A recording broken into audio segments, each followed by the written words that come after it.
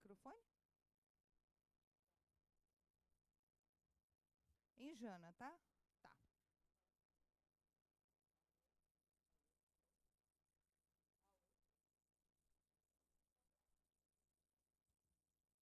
O meu tá. Alô? Olha, que poder. Então, eu tô Aulus, fraquinha. seja bem-vindo de volta, hein? Aulus. Agora? Nossa. Sabe o que caiu para gente no Evangelho? Não saiba a vossa mão esquerda o que dê a vossa mão direita. Quem estava aqui na palestra? Então, vamos lá. Fazer o bem sem ostentação. Tende cuidado em não praticar as boas obras diante dos homens, para serem vistas, pois, do contrário, não recebereis recompensa de vosso Pai que está nos céus. Assim, quando derdes esmola, não trombeteis, como fazem os hipócritas nas sinagogas e nas ruas, para serem louvados pelos homens. Digo-vos em verdade, que eles já receberam a sua recompensa. Quando derdes esmola, não saiba a vossa mão esquerda o que faz a vossa mão direita, a fim de que a esmola fique em segredo, e vosso Pai, que vê o que se passa em segredo, vos recompensará. Tendo Jesus descido do monte, grande multidão o seguiu. Ao mesmo tempo, um leproso veio ao seu encontro e o adorou, dizendo: Senhor, se quiserdes, poderás curar-me. Jesus, estendendo a mão, o tocou e disse: Quero, fica curado. No mesmo instante, desapareceu a lepra. Disse-lhe então Jesus: Abstente de falar disto a quem quer que seja, mas vai mostrar-te aos sacerdotes e oferece o dom prescrito por Moisés, a fim de que lhes sirva de prova.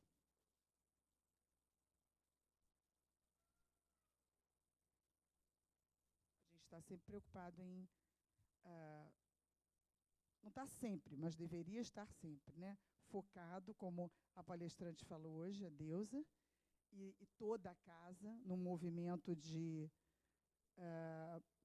uma campanha intensificada, porque por conta realmente da palavra crise, que parece que se transforma num vírus virtual, e que aí todo mundo se introjecta a palavra e se coloca nessa posição. As coisas vão estar difíceis, não vão melhorar até o ano que vem, talvez meados de 18, talvez até 17, então vamos ter essa e essa atitude, e a gente não foca no que é mais importante, que é o irmão que está passando a necessidade, e ele não pode nem sequer pensar em crise ou pensar numa esperança de melhora, porque já é uma crise só, e a gente é que tem que se preocupar. Então, que a gente não pense em alardear, nem fazer muito furor dessa ajuda, mas que a gente de verdade ajude, participe. Claro que tem a caridade moral, claro que tem nosso tempo, que é a coisa mais preciosa que eu acredito que as pessoas tenham hoje em dia, não é nem o dinheiro, mas é o tempo, mas que a gente possa doar, nos doarmos, e doar também para aquele irmão que precisa, sem muito alarde. Então, que realmente nós possamos colocar as mãos, unir as nossas mãos, colocar a mão na massa e fazer o que nós podemos fazer, né? Como diz a Iraci, passa no mercado, comprou um para você, compra pensando naquele que realmente necessita daquele básico. Então, vamos fechar os nossos olhos, elevar o nosso pensamento a Deus, nosso Pai, Jesus, nosso irmão, Joana, espiritualidade amiga aqui presente, e agradecer pela tarde, pela oportunidade que aqui estamos tendo de estudo, de reflexão, que nos possibilitará uma reflexão de melhora, de mudança, de reforma íntima, que Joana tanto nos fala, tão necessária no momento atual, tão importante para enfrentarmos essa turbulência que o mundo passa. Então, obrigada, Senhor. Abra os nossos corações, amplie a nossa mente, para que possamos, da melhor forma, compreender os ensinamentos trazidos por Ti. Graças a Deus. Então, hoje nós vamos falar sobre o livro Plenitude. Né? Nós já falamos sobre Joana, já falamos sobre Divaldo, sobre essa obra maravilhosa que Divaldo tem, né? Mostramos, trabalhamos isso. E agora nós vamos entrar na importância de Joana, né? O que ela nos traz de reflexão para essa nossa vida, o que ela nos ensina para enfrentarmos essa turbulência toda que o mundo está passando. O nosso problema básico, que estamos no mundo de expiações e provas, é o que? É o sofrimento. E é o que Joana nos traz nesse livro Plenitude. A compreensão desse sofrimento, o que é o sofrimento e de que maneira nós podemos vencê-lo. E aí nós trouxemos um videozinho que mostra o tamanho da nossa cruz, qual a importância dessa dor que a gente carrega, né? Dessa cruz. Ai, minha cruz é tão pesada. Né? Então, a partir desse videozinho, nós vamos refletir um pouco sobre o que é o sofrimento e como ele representa e de que maneira nós podemos utilizá-lo, né, da melhor forma.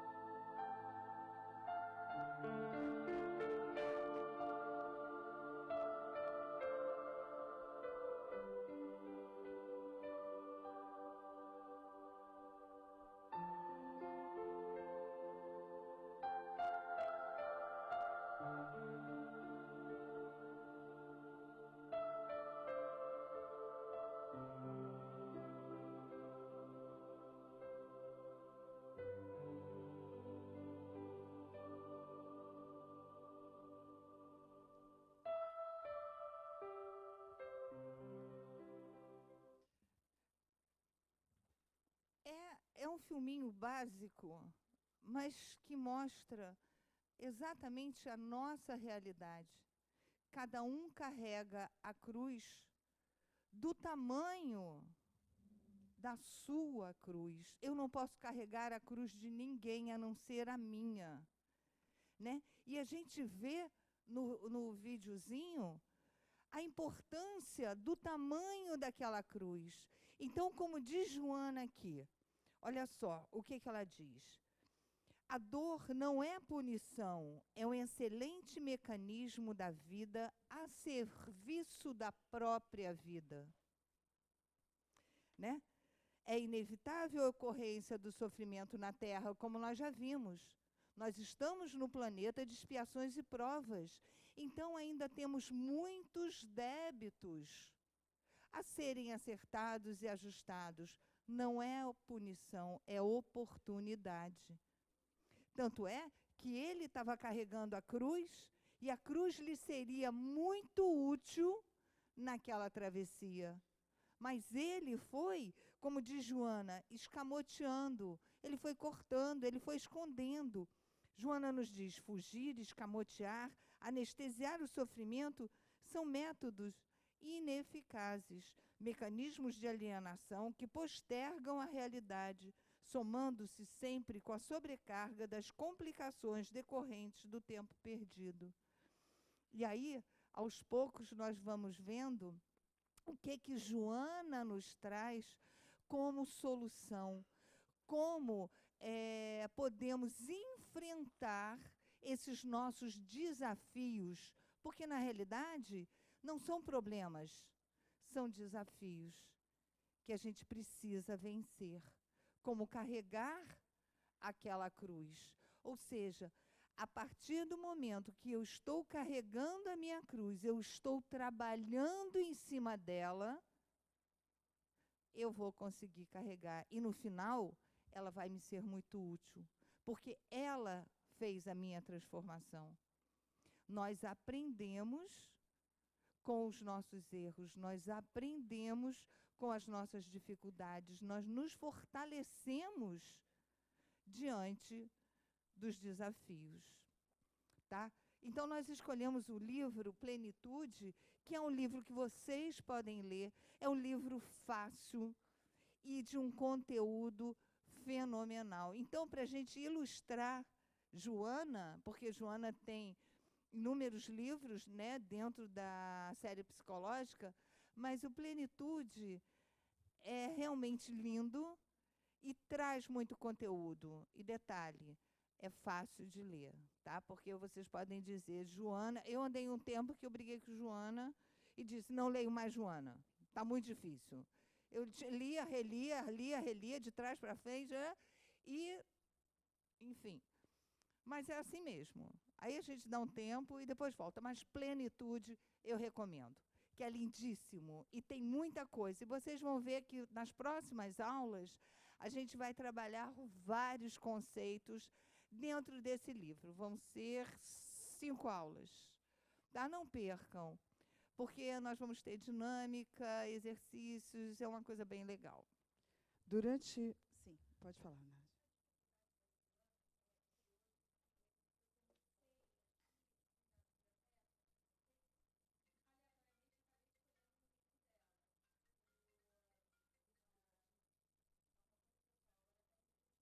Triunfo pessoal.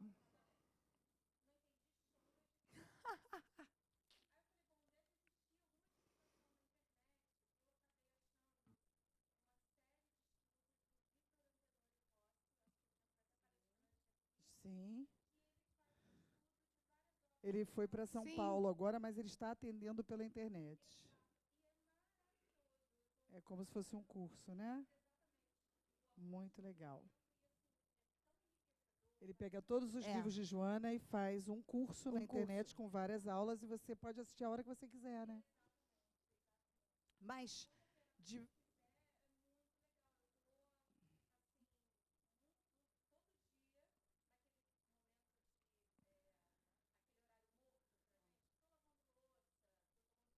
Aí está escutando. Bom exercício. Parabéns, ótimo, muito ótimo bom. Exercício. Mas Divaldo uma vez comentou com Joana, dizendo, Joana, minha irmã, que ele chama sempre de minha irmã, né? Por que você escreve com palavras tão difíceis? As pessoas reclamam, não entendem. E ela, a gente até havia comentado isso, ela disse que era para que ele se elevasse as ideias, se elevasse a doutrina, se elevasse, sempre, nunca vulgarizasse ou colocasse num linguajar mais vulgar, digamos assim, que é para que as pessoas elevassem cada vez mais seu espírito. Joana permeia sempre... Sim, pois não, Lourdes? É o triunfo Vitor Antenori. Antenori. Vitor Antenori, com E no final. Antenori.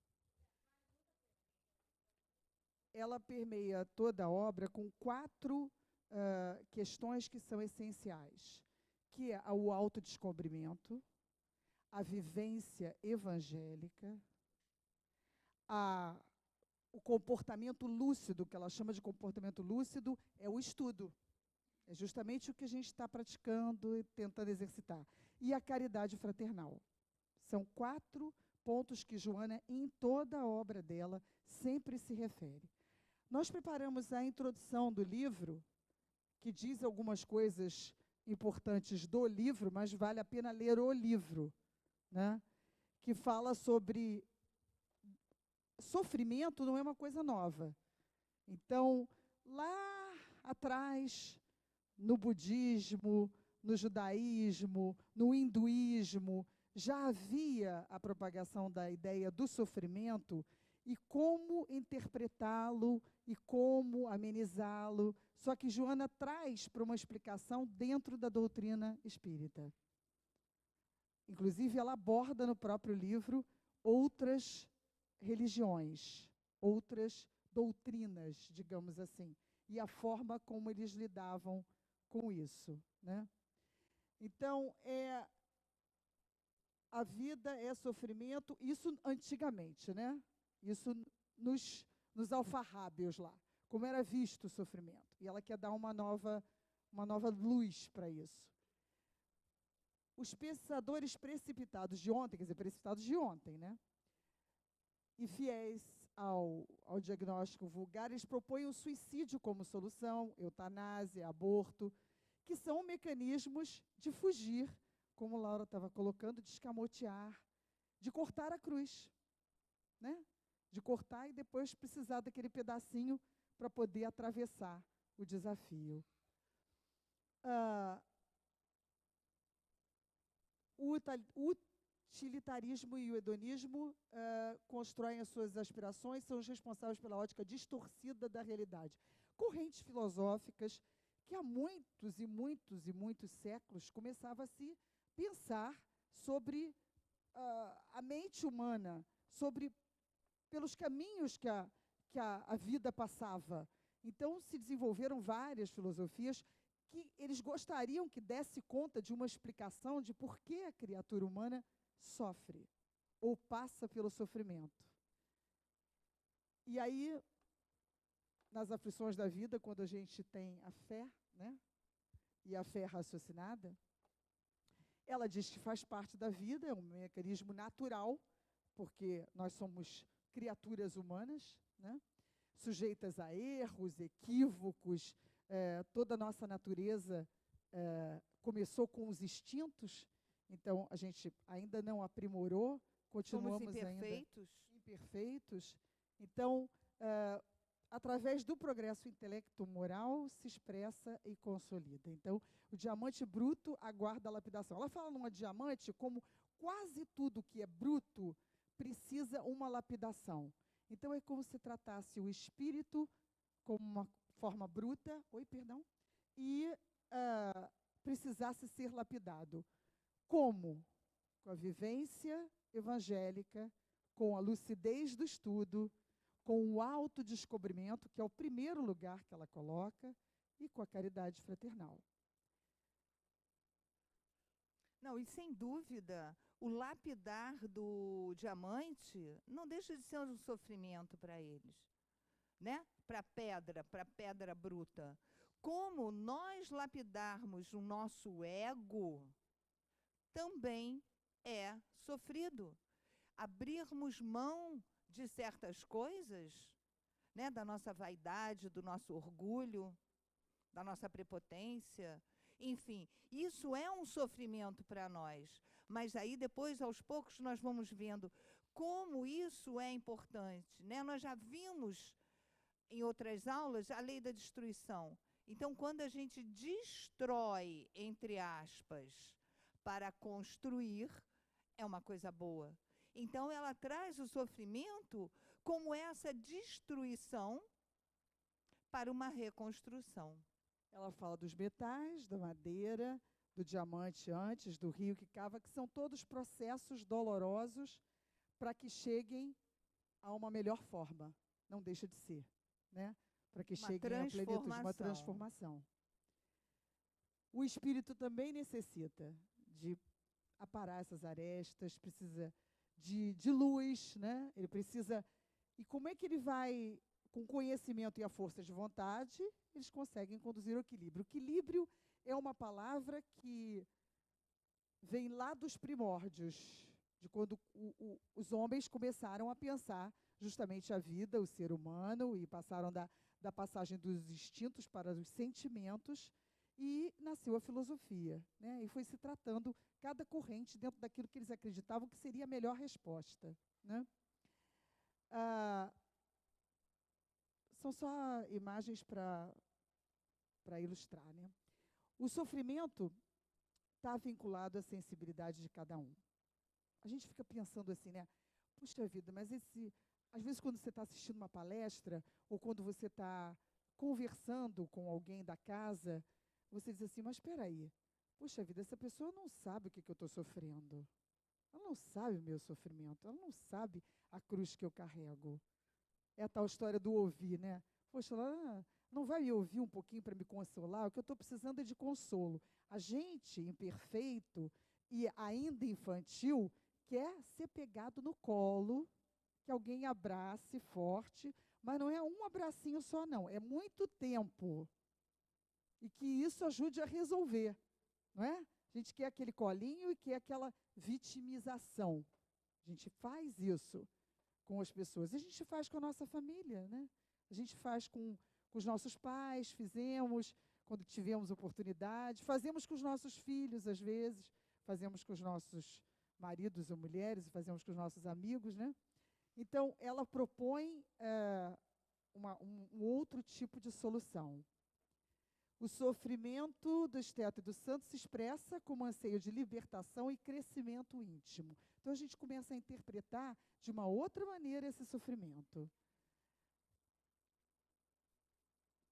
Quando o ser humano estava lá na fase primária, né, no mecanismo de evolução automático, o psiquismo amplia as aptidões inatas, que você nasce com ela, e desenvolve os germes da perfeição nela já existentes, tornando-se herdeiro da etapa imediata das experiências anteriores. O sofrimento, eu estou correndo porque tem muitos slides, e a gente tem que acabar em uma aula. O sofrimento em fase das injunções de amargura e dor de que se reveste vem merecendo mais amplo investimento histórico que se tem notícia, objetivando-se a libertação dele e a plenitude da criatura. Porque cada vez mais, ao longo, pelo menos, das civilizações que nós conhecemos e daquilo que nós estudamos, né, em história para trás, e do que nós estudamos até em relação à nossa doutrina, o sofrimento ele vem há muito tempo atormentando os seres humanos. E sempre se buscando a melhor solução, né? Então, como a gente pode se libertar dele? Como é que a gente pode pensar o sofrimento de outra maneira? O livro se propõe a isso, plenitude é para isso. Joana traz a forma de você encarar, não como vítima, não com inércia, não paralisado, mas com uma ação. Na realidade, ela propõe a libertação do sofrimento. O que a gente aprende? Que a dor é necessária. Eu preciso passar por aquilo. É para o meu aprendizado. Agora, a forma como eu vou passar por aquilo é que está o sofrimento ou não sofrimento. A minha escolha, a aceitação daquele desafio. Como todos carregavam a sua própria cruz, aceitando aquele peso, o que o Zezinho lá fez? Foi cortando. Ah, não, está muito pesado. Ah, não, está muito pesado. E aí são os desafios que a gente passa e joga para debaixo do tapete. Escamoteia, como diz Joana, né? Esconde. Finge que não vê. E aí, Joana justamente nos traz para a libertação desse sofrimento é a aceitação dele. E aí vão vir várias dicas legais. Ela aborda no livro dela todas as visões filosóficas, religiosas, com o passar do tempo, né?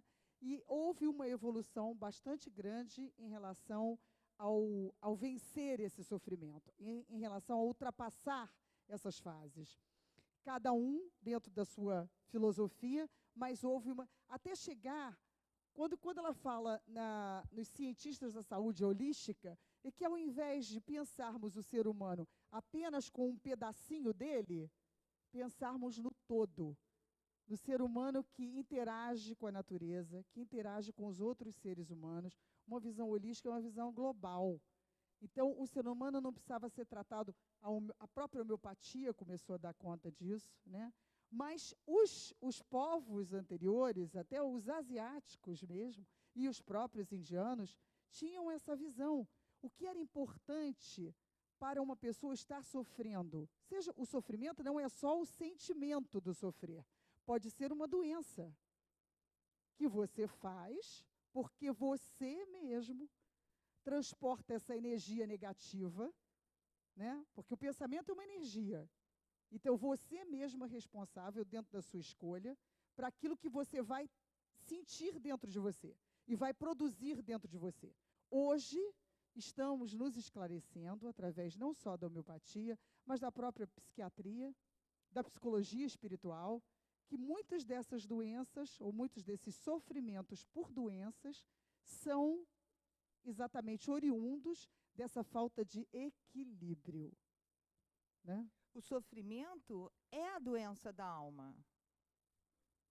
E aí, como doença, ele gera outras doenças, como outros desequilíbrios. O Espiritismo vem chamando a atenção, conclamando, ele vem chamando a atenção do homem para o respeito a Deus, a si mesmo e ao próximo. Então, a todas as expressões vivas, e não lhe constitui o ambiente que está localizado para aprender e ser feliz, assim adquirindo a sua plenitude. Então, a gente tem que levar em consideração, ou a criatura humana deve levar em consideração, não só o existir, o ser, ou estar dentro da família, como Deus a falou, né, os nossos, o apego, mas levar em consideração o ambiente, a forma como vive, como se relaciona com as pessoas, na sociedade, como pratica as suas ações, como pratica o trabalho, como pratica o relacionamento em casa ou com pessoas desconhecidas, como vê o próximo. Porque, na realidade, se somos uma grande família, existe só um paizinho e somos todos irmãozinhos, não há diferença. É uma questão de ótica mesmo. É uma questão só de se pensar espírito, e aí a gente se pensa irmão, da mesma origem, para o mesmo lugar. A Joana propõe um mergulho para dentro de nós. Esse mergulho, que é o autoconhecimento, primeiro o autodescobrimento, depois o autoconhecimento, né, nos liberta. E aí, a partir desse momento que eu estou liberto de mim mesmo, eu pertenço ao mundo.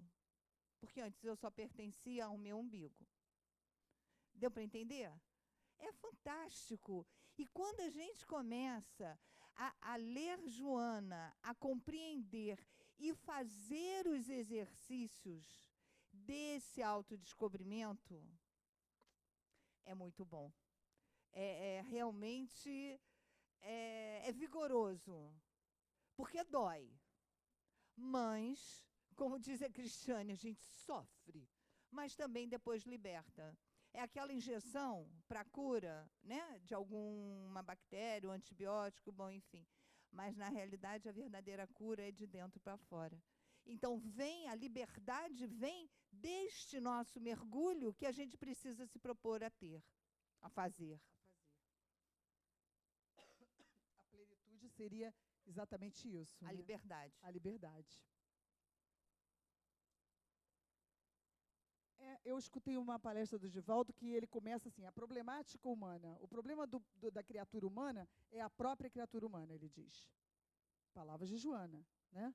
E ela vai dizendo que existe no próprio indivíduo ele não conhecer a si mesmo. Olha o autoconhecimento aí.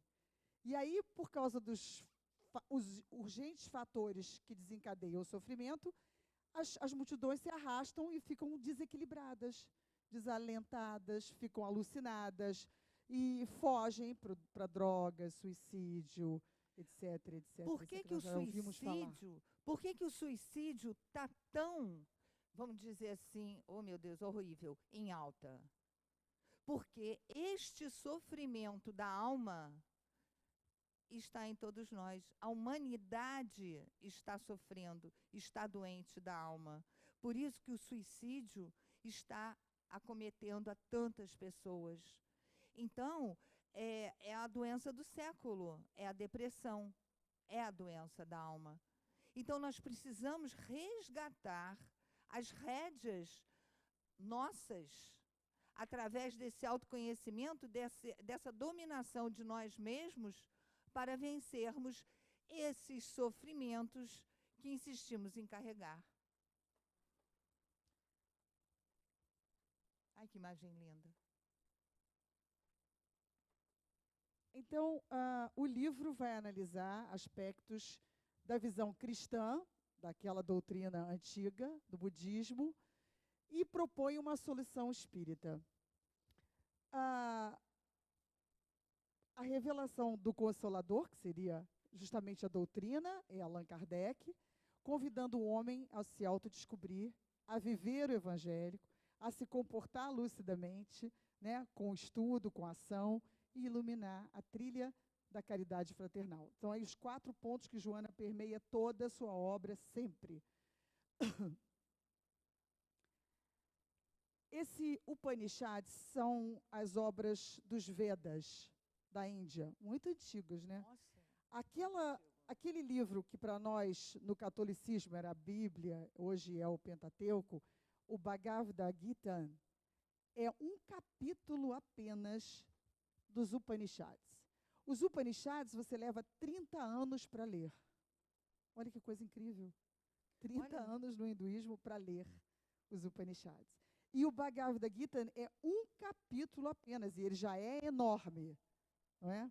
E eles falam sobre o sofrimento, são as instruções religiosas do hinduísmo, e eles já trazem a solução e trazem o karma, a questão do reflexo da sua própria atitude, por mais insignificante que ela seja, sempre ela terá um reflexo. E Joana, então, traz isso para o Plenitude, analisando essa possibilidade de como superar esse sofrimento para que a gente se liberte e possa, então, ser pleno. O Buda, vocês sabem que na Índia tem várias castas. E o Siddhartha Gautama, que era o Buda, ele era criado numa casta superior. Então, os pais eram reais, príncipes reais, ele era afastado de qualquer realidade ruim. Ele não entrava em contato com pessoas doentes, pessoas velhas, idosas, não é velhas não, idosas. Não entrava em contato com moradores de rua, com doenças, nada disso. Ele não conhecia a realidade. Não conhecia a realidade. Fora do ambiente do castelo, né? Aí um dia ele resolveu fugir, acho que eu estou me antecipando ao slide, mas vai aparecer depois. Ele resolveu fugir e quando ele resolveu fugir daquilo, porque ele sentia que não era a realidade, que deveria haver alguma coisa mais por trás daquilo, além daquilo, ele se deparou com uma pessoa leprosa, com um pobre, e ele ficou extremamente tocado. Ele aí resolveu traçar o caminho da autoiluminação. Ele começou a traçar um caminho de buscar o equilíbrio, que ele chamava de o caminho do meio. Vamos ver aqui se... Isso foi o que Joana falou, que Laura leu no início, sobre fugir, anestesiar, escamotear, como diz a Cristiane. A gente não pode se aprofundar muito nas questões, até da professora de Psicologia 1, que está lá, que é falar sobre a sombra. Podia falar sobre todas as aulas que ela deu, que eu anotei tudo aqui. Mas a gente não vai se aprofundar na sombra, no self e no ego, porque isso é para vocês fazerem o curso de Psicologia 1, que Mas é na próxima aula nós imperdível. vamos dar uma palhinha. Gente, aqui nesse curso, Conhecendo o Espiritismo, é justamente para dar um básico para quando vocês chegarem nos cursos de aprofundamento. Ah, tá, já escutei isso. Ah, eu sei do que ela está falando. Porque senão, muitas coisas, a gente chega e diz assim, meu Deus do céu, me perdi, né? Então, esse nosso curso, tanto é que nós estamos falando sobre diversos pontos, é justamente para atiçar a curiosidade de vocês, né? Para vocês, no próximo ano, escolherem o curso que vocês, enfim, querem se A gente aprofundar. começa a provocar um movimentinho. Então, aí as pessoas já vão escolhendo, assim, mais ou menos o que querem. Mas a gente, às vezes, é difícil até para a gente preparar a aula e saber o que dizer, como dizer, sem aprofundar, né? Só para criar aquele gostinho. É como dizer assim, olha, tem uma torta de churros, que aliás tem mesmo na cantina, maravilhosa, não sei quem faz, mas eu vou pegar essa pessoa, porque eu vou aprender essa torta.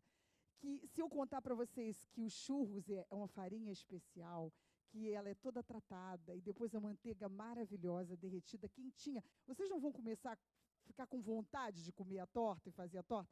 Esse é o curso do Conhecendo o Espiritismo, só para vocês terem vontade. Gostei. Gostou? Ei, Bom, né? Joana fala de uma coisa básica nesse livro Plenitude que se chama resignação dinâmica. Mas, Glória, o que você está falando? Que as pessoas, então, que têm problemas devem se resignar, ajoelha, chora, ora. Deus quis assim. Deus quis assim, esse é o meu trajeto. Tem gente que diz assim, esse é o meu É karma. meu karma. Você é o meu karma, fala para o marido, né? Você é o meu karma, ou eu sou o seu karma. Não, não é nada disso. Essa resignação dinâmica é uma coisa em movimento. Por isso que é dinâmica mesmo. É você não deixar que a vitimização tome conta de você. Não é você sentar e esperar que aquele problema tome conta da sua vida e é assim mesmo e ponto. Fazer o quê, né? É aquela pessoa que você encontra e fala assim, como é que você está? Estou indo, né? Não sei para onde, mas estou indo para onde me levar. Estou indo mais ou menos como Deus quer. Deus não quer isso. Deus quer a gente feliz, quer a gente em movimento. Ele quer a gente pleno. Uma atitude corajosa, que Joana propõe, de examinar o sofrimento e enfrentar. Representa o valioso recurso da lucidez. Como é que você vai conseguir lucidez? Sempre se consegue lucidez através do conhecimento. Kardec disse, amai-vos, mas instruí-vos. Não é verdade? Então a gente precisa ler. E uma vez lendo, sinto informá-los. Vocês são responsáveis. Vocês, nós todos, falando do curso, mas uma vez lendo, uma vez tomando conhecimento, a gente se torna eternamente responsável. Lembra a frase do meu professor? Né? A frase do meu professor, a partir do momento que você toma conhecimento, ou você muda, ou você padece. Ou seja, a gente toma conhecimento daquilo, a gente precisa mudar, precisa fazer essa transformação. E justamente o objetivo é esse. E aí, quando Joana diz examinar o sofrimento e enfrentá-lo, nada mais é do que, esse mergulho que eu falei. Que aí, sim, você entra em contato com aquele sofrimento e começa a examinar. Mas o que é isso? Mas por quê? Da onde ele vem? O que causou? Aí você conhece. A partir do momento que você conhece, você traz para o consciente essa lucidez que ela fala. Você toma conhecimento, ele já não é mais um desconhecido. Ele já não está mais debaixo do tapete. E aí você pode trabalhar. Você acendeu a luz do seu porão. E aí você enxerga um monte de coisa que está lá dentro, que antes ficava no escuro, debaixo do tapete. E esse é o objetivo. É a gente tomar conhecimento desse nosso sofrimento. E aí enfrenta. Porque aí a gente consegue solucionar, a gente consegue eliminar. Enquanto não, enquanto a gente está negando, ele continua lá. Se meu sapato está apertado, eu estou sentindo uma dor e não sei que é o meu sapato, ele vai continuar apertando. A hora que eu tomo conhecimento que é o meu dedo, que está com a unha lá, não sei o quê, eu tiro o sapato, pronto. Conserto a unha e não vou mais sentir a dor. É aí que Joana fala, né? De examinar o sofrimento e enfrentá-lo face to face. Mas ela não invalida a possibilidade de você ter ajuda para isso.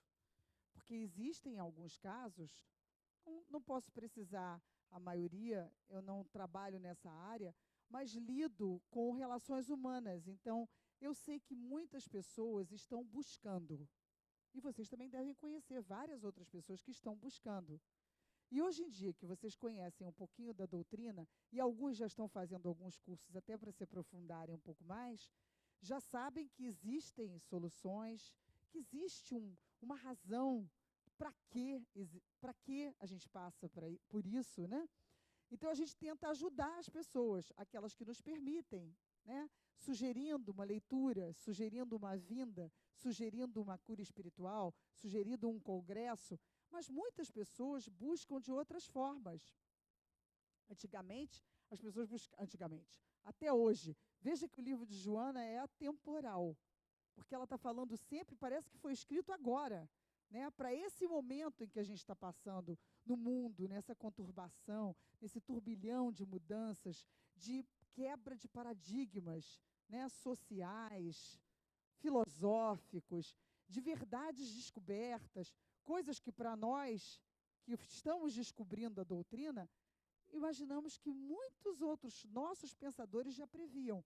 Hoje, Deusa disse que Emmanuel já estava prevendo que se não fôssemos evangelizar, se não fôssemos começar um movimento de falar com as pessoas, de dar amor, de doação, daí a 10 anos estaria tudo perdido. Né? Esse movimento vai se alastrando cada vez mais. Você vê as pessoas preocupadas, ainda que não seja no espiritismo, mas que de uma maneira ou de outra estão praticando preceitos do espiritismo, aquelas pessoas que meditam, aquelas pessoas que tentam se acalmar, aquelas pessoas que procuram um caminho do meio do equilíbrio, estão mais em contato com o divino, não é? Vão descobrindo e vão se libertando, estão praticando. Joana diz que não precisa ser exatamente só espírita, porque desde que é uma ciência, uma filosofia e uma religião, qualquer pessoa pode praticá-lo, seja judeu, seja católico, seja o evangélico, ele pode querer conhecer a doutrina e aplicá-la. E uma vez aplicando para o bem, qualquer um desses preceitos, ele está se comportando como espírita, ou está se comportando como espírito, que é o nosso objetivo, né? Os fenômenos da vida podem ser comparados a um sonho. Isso foi Buda, naquele seu momento que eu contei, de Siddhartha Gautama, né? De contemplar a vida. E ele diz que vários momentos da vida podem ser comparados com essas coisas. Um sonho, um fantasma, uma bolha, uma sombra, um raio luminoso. Ou seja, o nosso viver é assim, sempre de altos e baixos, né? Mas quando a gente está no alto, a gente precisa ter equilíbrio, e quando a gente está no baixo, a gente também precisa ter o equilíbrio. Esse é Siddhartha Gautama. Laura me chamou a atenção numa coisa que eu não tinha percebido de início o que era. Mas olha a orelha do Siddhartha Gautama como é enorme, o lóbulo como é enorme. Lembram de alguém? Quem? Dos 100 anos. Dr. Jorge Andréa, nos impressionou muito a orelha dele, como é grande o lóbulo grande. Vocês repararam? Não, realmente não para. Ele já tinha. Já era grande. Pois é. Aí quando eu bati, eu olhei essa foto, eu falei, Glória, olha. O caminho do meio. Nem mais a austeridade cruel, nem as dissipações comuns, mas o equilíbrio da meditação. E Buda traz, e Joana se refere a ele, as 4 nobres verdades. A verdade do sofrimento, a verdade da origem do sofrimento, a verdade da cessação do sofrimento e a verdade do caminho que leva à sensação do sofrimento. Ela vai discutir isso no livro, de uma forma trazendo para aplicado a doutrina, mas é muito interessante porque o exercício de propor este é sempre o mesmo, o do autodescobrimento, da meditação, do mergulho interior que Laura falou, da vivência evangélica, porque não existe modelo e guia melhor do que Jesus e toda a sua obra e todo o seu caminho, né, e tudo que ele fez e que nos deixou como herança. A consciência, que é o estudo para atingir-se a lucidez, que a todo momento a gente tem que continuar lendo.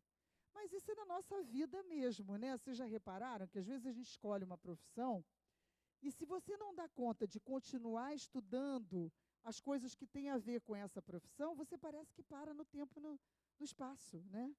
E você não acompanha o modernismo, você não acompanha as coisas novas, as soluções novas, as práticas novas. Até para você ajudar o filho na escola. Você tem que voltar a resgatar aqueles conhecimentos, não é verdade? E com a doutrina espírita vai ser sempre assim. Quanto mais você lê, mais você se desperta para ler mais, para saber por quê, para quê. E por que ele disse isso? E por que Joana trouxe isso? Em 16 livros de uma série psicológica, talvez Freud e Jung tenham até mais obras do que Joana, mas eles, de uma certa maneira, quando falaram sobre a questão do consciente, do inconsciente, do ego e do self, desenvolveram uma descoberta ali, paradinha, para se aplicar a todas as coisas. Freud foi pelo lado da sexualidade e Jung foi pelo lado, achamos nós, da espiritualidade. Né? Então, Buda Gautama pensou sobre isso, que já era um pensamento evangélico, já era um pensamento de Jesus. E que Joana reforça e insiste, e sempre como se fosse uma lição, como se fosse um ensinamento, como se fosse uma professora, mas uma professora amorosa, que chama atenção para a resignação dinâmica, que chama atenção para a responsabilidade que a gente tem da escolha, que chama atenção que essa força que tem que vir de dentro para fora precisa ser nossa escolha, precisa ser colocada por nós, precisa ser exercitada por nós. Ninguém vai escolher o que vai melhorar você. Claro que Joana, quando eu disse que ela não invalida os outros tratamentos, é que ela considera que se você sozinho não consegue fazer o movimento, o profissional pode te ajudar. O profissional terapeuta. Qualquer tipo de terapia que você possa, que seja idônea, que seja uma terapia que não fira os preceitos normais, né? Então, ela leva em consideração que a terapia é de valor. Até em alguns casos, Divaldo menciona que Joana diz até que durante um tempo alguém pode usar medicação. Claro, mesmo porque a gente sabe, depois a gente se aprofundando nesse estudo, não sei se Glória vai mencionar, desculpe, que muitas vezes esse sofrimento da alma causa a doença, não só da alma, mas a doença do corpo. Então, nós vamos ver que muitas das vezes nós precisamos reestruturar o nosso corpo, porque ele está falhando, e, ao mesmo tempo, dando as bases para curar a doença da alma. Ok? Então, nós somos feitos de matéria. E muitas das vezes uma depressão joga abaixo os nossos metais, né? O zinco, o lítio, enfim, uma infinidade de componentes que o nosso corpo é formado, que uma simples tristeza, depressão, enfim, um monte de sentimentos que a gente carrega do sofrimento, vão causar esse desequilíbrio orgânico. Então, precisamos, sim, cuidar do nosso corpo, para que, digamos assim, esse sofrimento cesse completamente. Porque a gente sabe que a medicina, né, vai trabalhar na matéria, vai eliminar o sintoma daquela doença, mas não a causa. E a causa, a maioria das vezes, está nessa doença da alma, nesse sofrimento que a gente insiste em carregar, né? Eu gostei muito do que a deusa colocou como razões: a ociosidade, a falta de fé e a saciedade. E parando para pensar, é o que a gente vê acontecer. Se a gente experimenta, às vezes, não que a gente não precise, mas às vezes você precisa de um descanso do corpo mesmo, um descanso não só do corpo, mas da mente também, digamos. E aí você tira uma tarde ou tira uma manhã, quem pode, né? Nem todo mundo pode. Muita gente muito ocupada o tempo inteiro. Mas se você tem um tempo grande, eu diria assim, mais do que uma hora, completamente ociosa, a sua cabeça já começa a pensar várias coisas.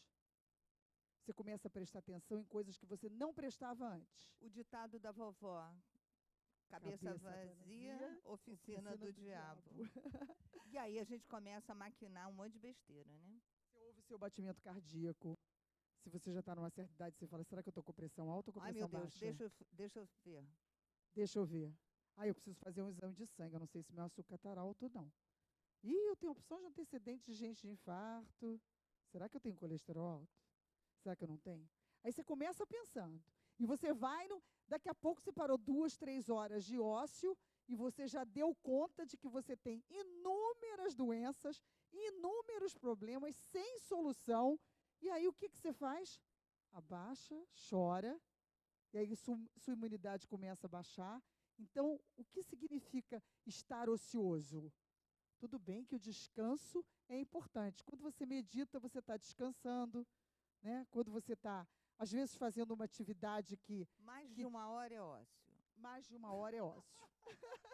Não digo mais de uma hora. Eu tô imaginando aqui o que acontece às vezes. Vocês já se pegaram assim, sozinhos? Por exemplo, a gente tem uma opção de movimento em casa e tal, mas de repente, sozinhos, absolutamente sozinhos, com mais de 2 horas sozinhos, ou deitado na cama, mas sem dormir, descansando.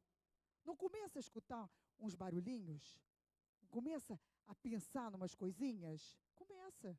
Você fica ocioso. Ou então, ao contrário, você está absolutamente saciado. Você não está com fome, você não está com frio, você está com as contas pagas, você está ótimo, está tudo bem. Você vai pensar em outra coisa? Você não vai pensar em outra coisa. Você começa a focar no seu umbigo. E você vai focando no seu umbigo. Focando no seu umbigo, você novamente começa a descobrir as suas coisas. É doloroso, porque você descobre seus fantasmas. A Bethânia tem uma música bonita que eu adoro, que é Quem Vai Lidar com os Meus Fantasmas? Não sei quem é o autor, mas outro dia escutei e achei maravilhosa a letra. Como lidar com os seus fantasmas, que são os seus não são fantasmas. Qual era a outra palavra? Suas sombras. Suas sombras. Não posso explicar o que é sombra. Depois vocês não podem perder. O nosso esforço vai contribuir para o esclarecimento de todos, desse livro Plenitude. E é a aquisição da plenitude em paz e saúde, inteiramente livres do sofrimento, construindo o amor como fonte viva de realização íntima e geral. Isso é onde a gente quer chegar. Mas para chegar aí, tem que pagar muito caro, Glória? Custa muito? Em quanto tempo? Cada um tem o seu tempo. Hoje eu almocei com a minha filha mais velha, que tem 38 anos.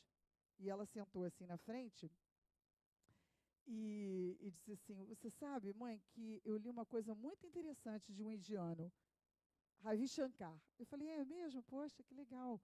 Ele falou assim: você não fique preocupada, porque você está no lugar certo, na hora certa, e você está vivendo o que você tem que viver. nem mais nem menos você teria que estar fazendo. Chico diz isso. Isso, Chico diz isso.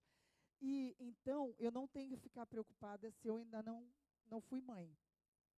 Eu já tenho 38, parece até aquele pensamento da Ingrid Guimarães, né? Daqui que eu conheça um rapaz. Infelizmente, ela está saindo de um relacionamento que não foi muito bom, que não foi um sucesso, enfim. E, então, aquele projeto que ela tinha de 2 anos atrás, de 4 anos atrás, na realidade, né? Mas 2 anos de vida em comum, de ser mãe, foi abortado. Aí ela ficou me olhando. Eu disse, mas em momento nenhum eu disse que queria ser avó. Eu não falei ainda. Eu já sou até avó emprestada de uma criança que me ama de paixão, que deve ser um espírito meu conhecido, né? Porque é vovó o tempo todo. E as minhas 3 filhas não ficam enciumadas com essa situação, mas ficam preocupadas porque uma já tem 38, outra já tem 34. Eu digo, olha, se alguém aqui não for ser mãe, agora a Bia, que casou a última, que mudou para São Paulo, ela vai ser a solução, porque ela vai ter filhinhos, que ela já avisou, daqui a 5 anos eu vou ter filhinhos, mamãe. Você vem para cá, daqui a 5, ela tem 28 ainda. Você vê, né, como eu era mãe aos 24. Então, a gente tem que estar no lugar onde a gente tem que estar, vivendo, mães, tendo agora a responsabilidade de atingir a lucidez que a gente mesmo escolheu para a gente.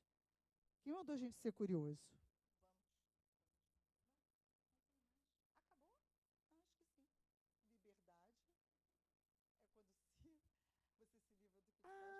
Você não falou sobre o... Sabe por quê? Nesse capítulo, eu achei que estava aí. Que ele fala sobre as 3 formas diferentes de sofrimento. Não falou? Que eu achei bem interessante. As 3 formas de sofrimento. O sofrimento do sofrimento, o sofrimento da impermanência e o sofrimento resultante dos condicionamentos. Então, vamos lá. Tudo isso é sofrimento, mas o sofrimento do sofrimento é o resultado das aflições que ele mesmo proporciona. Então, a gente tem que tomar conhecimento disso e prestar atenção. Eu estou em depressão porque perdi o emprego. Gente, então você está com 2 problemas. Porque você já perdeu o emprego, já é um problema. Você arrumou uma depressão, é mais outro problema. Então, aí quando entra na dinâmica, né, como é que é? Da solução dinâmica, como é que é? Resignação dinâmica. Resignação dinâmica é você acolher aquele seu primeiro problema e ver o que eu posso fazer a partir disso. E construir uma solução a partir dele. Deu para entender? O que é o problema do problema? O sofrimento do sofrimento é quando aquele sofrimento primeiro causa uma série de outros sofrimentos. Aí depois, aí ela continua falando, né? Que muitas vezes esse sofrimento primeiro causa as doenças físicas. E aí te traz mais sofrimento. Essas doenças físicas, né? André Luiz, depois que ele desencarnou e que nos traz toda a obra dele a partir da experiência além, ele diz que, na realidade, nós trazemos, e ele era médico, né? Nós trazemos todas as doenças latentes dentro da gente. Os vírus, as bactérias, né? Muito interessante, muito verdade. Interessante. E nós só desenvolvemos a partir de uma falta de consciência de qual é o nosso sofrimento. Vamos lá, gente. Quando a gente morre, o nosso corpo não é comido de fora para dentro. A maioria das vezes, né, a maior parte é de dentro para fora. Ou seja, esses vírus, essas bactérias, essas coisas, nós somos um universo. E se as nossas resistências não estão boas, a nossa imunidade não está ok, nós adoecemos. E uma simples tristeza abaixa a imunidade. E aí vem a gripe, né? Não é verdade? E aí vem aquilo tudo que a gente já sabe. A segunda, tá? Para ser rapidinho. A segunda é o sofrimento da impermanência das coisas terrenas. O que ela quer dizer com isso? É o problema da transitoriedade. A gente se apega às coisas materiais. Passam, estragam, quebram, mas eu só vou ser feliz se eu tiver o carro tal XYZ. E se eu não tenho, eu sou infeliz. Me gera o sofrimento, né? Então, isso, a gente, os anúncios, vamos prestar atenção nos anúncios. Quem tem sucesso, não sei o que, usa Nike, porque vence, pereré, pororó, sei lá. Enfim, são esses anúncios todos que nos convencem que só seremos daquele jeito como aquele artista é, se tivermos aquele objeto X. Então, esse é o sofrimento pelos objetos transitórios. E o sofrimento resultante do condicionamento, gente. Abarca a educação incorreta, a convivência social pouco saudável que propiciam agregados físicos e mentais contaminados. É a escala de valores invertidas. Quantas vezes a gente conhece pessoas que dão mais valor ao prazer e aí acabam se viciando nas drogas, nas bebidas, não é verdade? Os alcoólicos, enfim, aos fumantes e os comilões. Por quê? Porque eles invertem. Eu só vou ser feliz se eu me sentir daquela forma. E para eu me sentir daquela forma, eu preciso de coisas de fora. Quando, na realidade, a alegria, a felicidade é de dentro para fora. Não é verdade? Então, Joana nos traz esses 3 tipos de sofrimento. Então, quando nós estivermos, porque, volto a dizer, é uma busca interior que Joana nos convida. Então, quando nós nos depararmos com alguma tristeza, vamos parar e pensar, aonde está o foco? Vamos voltar e examinar aquele sofrimento. O que ele está me causando? Por que ele está me causando? Quem é ele? Como a Glória falou, do ponto de vista, né, é bem interessante, porque a verdade é relativa. Nós vamos ver isso na próxima aula. Não vou queimar o filme, não. Vai ser bem legal, porque nós vamos trabalhar umas reflexões bem legais. Então, para terminar, o que a gente vê aqui? O discernimento, enquanto esse discernimento, ou seja, essa tomada de consciência, não se transformar em força canalizadora para o seu bem, o indivíduo experimentará o sofrimento resultante do condicionamento que lhe advém de agregados físicos e mentais contaminados. Nós somos formados de crenças e valores. Será que nossas crenças e valores estão válidas? Vamos repensar. E será que estamos também em dia com a lei divina? Porque nós temos alguma coisa que rege, né? Um equilíbrio. Às vezes você tem uma doença e você vai procurar uma cura imediata que possa até uma cura espiritual, fazer com que você... Mas aí aquela doença sai de um lugar e vai para o outro. Porque você não está ainda em equilíbrio com a lei divina. Tem uma história interessante do Zé Arigó, que recebia o Dr. Fritz. Ele mandou chamar Chico para que Chico fosse lá, que o Dr. Fritz queria operar os olhos de Chico. E Chico tinha um problema sério nos olhos, né? Sangrava. E aí, Chico ficou animado. Emmanuel disse, Chico, você vai ficar bom. O Dr. Fritz vai operar o seu olho. Mas não adianta muito não, porque quando você voltar, a doença vai para outro lugar, porque você não está ainda quites com a lei divina não, Chico. Era só uma ilustração, mas parece, é um exemplinho de alguma coisa que tem muito mais coisas envolvidas na nossa mente, no nosso pensamento, no nosso reflexo interior, que possa servir ou de mola propulsora para a gente mergulhar e, de Sempre fato, é. querer a cura, ou então colocar tudo para baixo e dizer, desisto, não quero mais. Então, só para finalizar, como a maior liberdade é quando você se livra do que te faz mal e a gente quer se livrar do sofrimento, eu trouxe um textinho que eu acho bem interessante.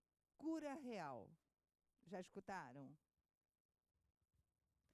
Não trate apenas dos sintomas, tentando eliminá-los, sem que a causa da enfermidade seja também extinta. A cura real somente acontece do interior para o exterior. Sim, diga a seu médico que você tem dor no peito, mas diga também que a sua dor é dor de tristeza, é dor de angústia. Conte ao seu médico que você tem azia, mas descubra um motivo pelo qual você, com seu gênio, aumenta a produção de ácidos no estômago. Relate que você tem diabetes. No entanto, não se esqueça de dizer também que não está encontrando mais doçura em sua vida e que está muito difícil suportar o peso das suas frustrações. Mencione que você sofre de enxaqueca. Todavia, confesse que padece com seu perfeccionismo, com a autocrítica, que é muito sensível à crítica alheia e demasiado ansioso. Esta sou eu. Muitos querem se curar, mas poucos estão dispostos a neutralizar em si o ácido da calúnia, o veneno da inveja, o bacilo do pessimismo e o câncer do egoísmo. Não querem mudar de vida. Procuram a cura de um câncer, mas se recusam a abrir mão de uma simples mágoa. Pretendem a desobstrução das artérias coronárias, mas querem continuar com o peito fechado pelo rancor e pela agressividade. Almejam a cura de problemas oculares, todavia, não retiram dos olhos a venda do criticismo e da maledicência. Pedem a solução para a depressão, entretanto, não abrem mão do orgulho ferido e do forte sentimento de decepção em relação a perdas experimentadas. Suplicam auxílio para os problemas de tireoide, mas não cuidam de suas frustrações e arrependimentos. Não levantam a voz para expressarem suas legítimas necessidades. Imploram a cura de um nódulo de mama, todavia, insistem em manter bloqueada a ternura e afetividade por conta das feridas emocionais do passado. Clamam pela intercessão divina, porém, permanecem surdos aos gritos de socorro que partem de pessoas muito mais próximas de si mesmos. Deus nos fala através de 1000 modos. A enfermidade é um deles, e, por certo, o principal recado que lhe chega da sabedoria divina é que está faltando mais amor e harmonia na sua vida. Toda cura é sempre uma autocura. E o Evangelho de Jesus é a farmácia onde encontramos os remédios que nos curam por dentro. Há 2000 anos, esses remédios estão disponíveis. Quando nos decidiremos? Bacana, né? Porque mostra o quanto nós precisamos trabalhar de dentro para fora. Não é verdade? A cura está dentro de nós, de qualquer coisa que seja. Claro que sabemos que muitas fragilidades, muitas doenças vêm de vidas passadas que são necessárias para o nosso reajuste de contas na vida atual. É um desafio, é igual aquela cruz do Zezinho carregando lá no início da aula. Mas nós precisamos carregar. e trabalhar da melhor forma possível esses nossos desafios. É. Mando. Mando, então. Ui, quantos são? Muitos. São muitos. Eu vou copiar e trago na próxima aula a folha. Tá no nosso horário, já passou 5 minutos. Joana já está puxando a orelha aqui. Voluntário escolhido, pedido, tem a palavra. Eu, antes de fazer a prece, eu queria me reportar à questão da Glória ser ou não ser avó e dizer a ela que, ainda bem que ela tem uma menina que a adotou como avó e a chama desse modo, trocando o amor que um avô e uma avó têm pelo neto e pela neta. Mas se assim não fosse, mas ainda assim você soubesse o que é ser avó, você imporia prazos para suas filhas.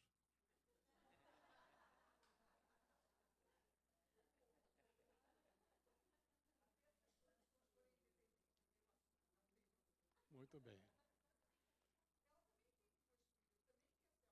Ah, também não? É mesmo, é? Por isso é que vocês decidiram se unir, dando essas aulas. É uma forma de ver. Aham, tá bem, tá bom. É. Então vocês estão passando por desafios, como vocês mesmos muito bem colocaram, né? É isso aí, não é sofrimento. Mas então, em relação ao agradecimento que a gente sempre faz aqui ao cabo dessas aulas, eu quero repetir apenas aquilo que sempre se diz aqui, que nós estamos numa casa querida e amorosa, como diz a nossa presidente Iraci, mas é uma casa cujas paredes são paredes de amor, que são materializadas no cimento e no tijolo, mas é a casa do amor.